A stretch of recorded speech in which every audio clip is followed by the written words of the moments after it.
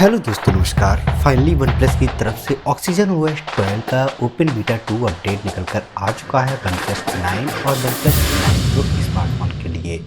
इस अपडेट में आप लोगों को काफ़ी कुछ फिक्सेस देखने को मिल जाते हैं जिनके बारे में मैं आपसे बात करूंगा। साथ में ये भी बताऊंगा इस अपडेट में कुछ और नई चीज़ें ऑप्टिमाइजेशंस के साथ में फिक्स की गई हैं, जिससे कि आपको हो सकता है कि जल्द ही ऑक्सीजन ओएस 12 का स्टेबल वर्जन देखने को मिले और बाकी के जो डिवाइस यूजर हैं वन प्लस 7 सीरीज के, उनको भी आने वाले दिनों में हो सकता है कि जल्द ही उनकी भी टेस्टिंग के लिए डिवाइस पर बीटा फेसेस रोल आउट किया जाए। तो ये सारी जानकारी मैं अपनी इस वीडियो में आप लोगों को देने वाला हूं, तो बने रहिए वीडियो के अंत तक। सबसे पहले मैं आपसे बात करूं इस अपडेट में क्या कुछ फिक्सेस देखने को मिल जाते हैं पहले की तुलना में। सबसे पहले आपको इसमें Android security patch level latest नवंबर मंथ का देखने को मिल जाता है, जो कि यहाँ पर काफ़ी अच्छी कमाल की बात है। इसी के साथ गीक बेंचमार्क स्कोर ये कुछ निकल कर आया है, जो कि यहाँ पर लगभग एवरेज है स्टेबल के कंपेयर में।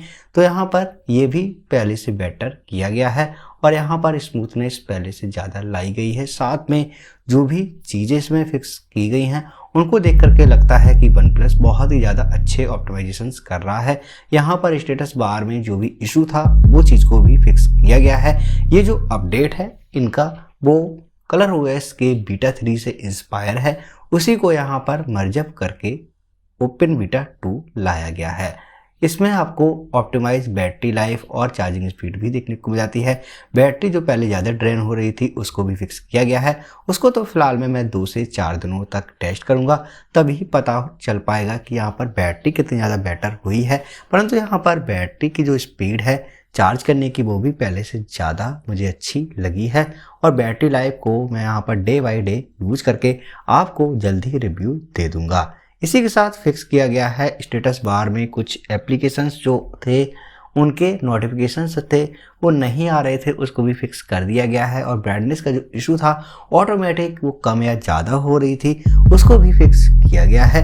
इसी के साथ विजिट जो डेस्कटॉप पर आप देख सकते हैं कुछ इस तरीके की हम लोग सेटअप करते हैं, उनमें भी इशू थे, वो कभी कभी ओपन ही नहीं हो रही थी और कुछ विजिट के जो लेआउट है वो बिल्कुल ही सही से शो नहीं कर रहे थे, इनको भी फिक्स किया गया है। क्लाउड सर्विस के द्वारा आप नोट्स एप्लीकेशन में जो भी डेटा अपना सिंक कर रहे थे वो डेटा सिंक नहीं हो रहा था क्लाउड सर्विस को लेकर के, उसको भी ऑप्टिमाइज करते हुए फिक्स कर दिया गया है। अब आपका ये जो इशू है वो लगभग सॉल्व हो गया है। इसी के साथ कुछ और इम्प्रूवमेंट किए गए हैं जो कि हर बार की तरह दिए जाते हैं आप सभी को। और कैमरा के अंदर यहाँ पर खास तौर पर इम्प्रूवमेंट किए गए हैं स्टेबिलिटी को लेकर के, जो कि यहाँ पर कैमरा एप्लीकेशन पहले से बेहतर क्वालिटी पर यहाँ पर वर्क कर रहा है। मुझे तो लगता है कि कैमरा एप्लीकेशन में जो भी इम्प्रूवमेंट किए गए हैं वो लगभग ऑक्सीजन ओएस 11 वाले यहाँ पर फिक्स कर दिए गए हैं। कोई भी ऐसा इशू अब आपको देखने को नहीं मिलता है जो कि यहाँ पर देखने को लगे। इसी के साथ आपको ब्लूटूथ का जो इशू था, ब्लूटूथ स्टेटस बार पर शो कर रहा था जो बैटरी थी, अगर आप ईयरफोन्स को कनेक्ट किए होते थे तो वो यहाँ पर शो नहीं कर रही थी, कभी कभी उस चीज़ को फिक्स कर दिया गया है। तो ये कुछ इम्प्रूवमेंट आपको इस अपडेट में देखने को मिल जाते हैं। परंतु ये जो कलर ओएस से इंस्पायर है इस कारण से काफ़ी यूजर्स इसे नापसंद भी कर रहे हैं। साथ में अब मैं बात करूं कुछ ऐसे इशू के बारे में जो कि आपको यहाँ पर अभी भी देखने को मिल जाते हैं। सबसे पहले अगर आप देखेंगे डेस्कटॉप पर तो आपका ऑटो रोटेट का जो ऑप्शंस है वो फिलहाल में वर्क नहीं कर रहा है। कुछ सीन्स में कभी कभी ऐसा इशू आ जाता है जो कि वर्क नहीं करता है, ऐसा नहीं है कि सभी टाइम पर वर्क ना करे। इसी के साथ वाईफाई का जो ऑप्शन है वो आपका ऑटोमेटिक डिस्कनेक्ट हो जाता है नेटवर्क, ऐसा इशू अभी भी बना हुआ है। फिलहाल में मैंने ऐसा टेस्ट भी किया है और शायद है कि इन्होंने मेंशन भी किया है अपने इस चेंजलॉग के अंदर। इसी के साथ अगर आप 4K 60 हर्ट्ज पर रिकॉर्ड कर रहे होते हैं तो उस दौरान आपका जो डिवाइस है वो यहाँ पर फ्रीज हो जा रहा है कैमरा एप्लीकेशन, तो इसको भी लेकर के इशू देखने को मिल जाता है। नोटिफिकेशन कुछ एप्लीकेशंस की आपको नहीं आ रही है, इसको भी लेकर के इशू है क्योंकि नोटिफिकेशन ऊपर आ तो जाती है परंतु उस पर आप टैप कर रहे होते हैं वो एप्लीकेशन में स्विच नहीं कर पा रहे हैं, तो इसका इशू फिलहाल में बना हुआ है। आने वाले समय में और भी इशू जो हैं वो वन प्लस फिक्स करेगा। साथ में आपको ग्लोबली सर्च करने का जो ऑप्शंस है वो यहाँ पर रिस्पॉन्स नहीं कर रहा है, जैसा कि आप देख सकते हैं मेरे डिवाइस पर। इसी के साथ बैकग्राउंड में जो भी एप्लीकेशन आपके रन कर रहे होते हैं वो यहाँ पर काफ़ी ज़्यादा रैम को मैनेज कर रहे हैं और यहाँ पर कम रैम पर वर्क नहीं कर रहे हैं, जिसके कारण से आप देख सकते हैं स्टोरेज काफ़ी ज़्यादा फुल हो रहा है रैम का।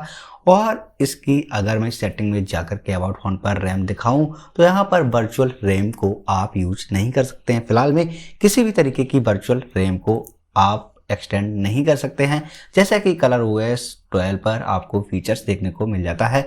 हो सकता है कि OnePlus उसको इम्प्रूव करे भी और ना भी करे, तो ये कुछ चीज़ें आपको इस अपडेट में देखने को मिल जाती हैं। फिलहाल में मैंने बग भी आपको बता दिए हैं, तो आप चाहें तो अपडेट कर सकते हैं अपने डिवाइस को। और अगर आप Oxygen OS 11 यूज कर रहे हैं तो आप उसी पर रह सकते हैं, उसका भी अपडेट आपको जल्द ही देखने को मिल जाएगा। अगर Oxygen OS 12 का जो बीटा 2 के बाद बीटा 3 आएगा वो अगर ज़्यादा बेटर रहा तो आपको जल्द ही Oxygen OS 12 का स्टेबल बिल्ड भी देखने को मिल जाएगा, ऐसा मुझे उम्मीद है। ये हो सकता है आपको 2022 के जनवरी में देखने को मिल जाए। इसी के साथ OnePlus 7 सीरीज पर भी जल्दी आपको टेस्टिंग देखने को मिल जाएगी, क्योंकि कलर OS की जो टेस्टिंग है वो लगभग चाइना में शुरू होने वाली है कुछ ही दिनों के अंदर। और ऐसी ही जानकारी चाहते हैं तो इसके लिए आप मुझे सब्सक्राइब करना ना भूलें। Thank you. जय हिंद, जय भारत, वंदे मातरम।